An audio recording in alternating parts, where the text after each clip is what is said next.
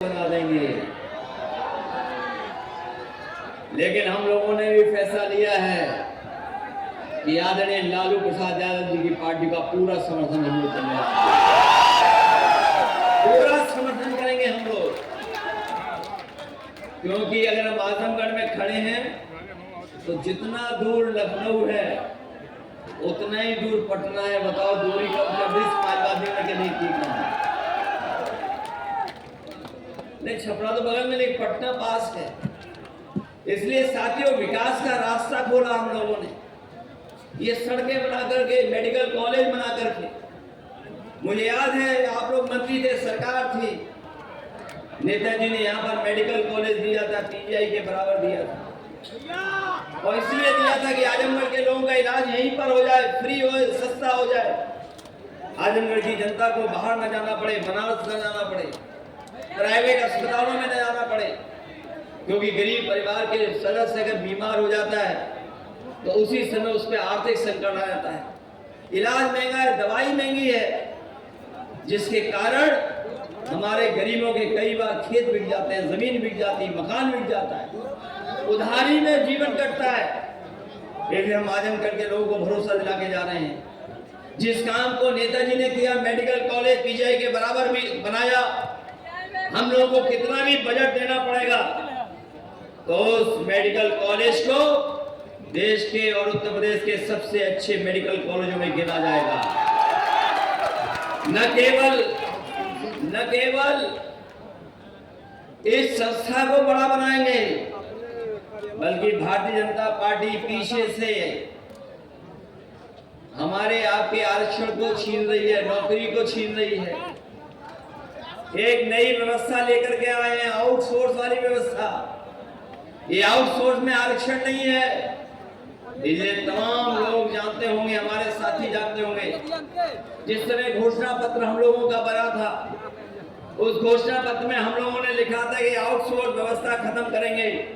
हम आपको भरोसा दिला के जा रहे हैं कि समाजवादी सरकार आने वाले समय में बनने जा रही है।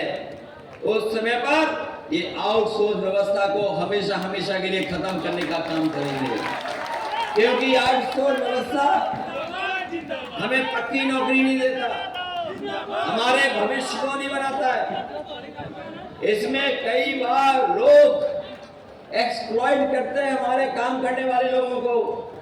इसलिए आउटसोर्स की व्यवस्था को खत्म करके हम लोग पूरी सरकारी नौकरी का फेज बाय इंतजाम करेंगे, जिससे कि हमारे गरीब लोगों को, पीड़ित परिवारों को आरक्षण मिले और पक्की नौकरी मिलने का भी काम हो। न केवल आउटसोर्स, बल्कि हमारे साथ बैठे हैं राजीव राय जी, जो सांसद, जो पूरे हमारी पार्टी की तरफ से जो फॉरेन डेलीगेशन गया था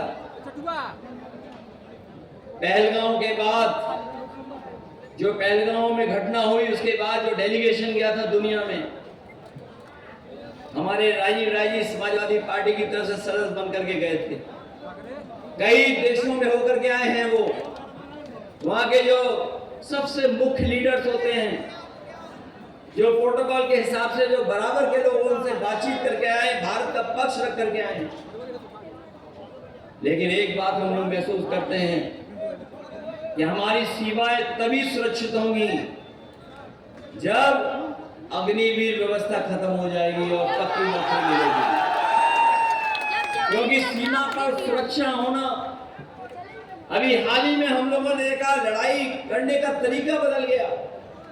यहाँ पर जितने बैठे लोग हैं, खड़े लोग हैं, वो जानते होंगे कि लड़ाई जो हो रही है वो अलग तरह से हो रही है। उसमें बदलाव हो गया है, नई नई चीजें आ गई हैं। हमारे बीजेपी के लोग तो ड्रोन दीदी बना रहे हैं, ड्रोन दीदी बनेंगी। लेकिन दुनिया में जो ताकतवर देश हैं, उन्होंने अपनी फौज को ड्रोन के माध्यम से मजबूत बनाने का काम किया है। ये हमें आपको ड्रोन दीदी बना रहे हैं, खेतों को नपा रहे हैं।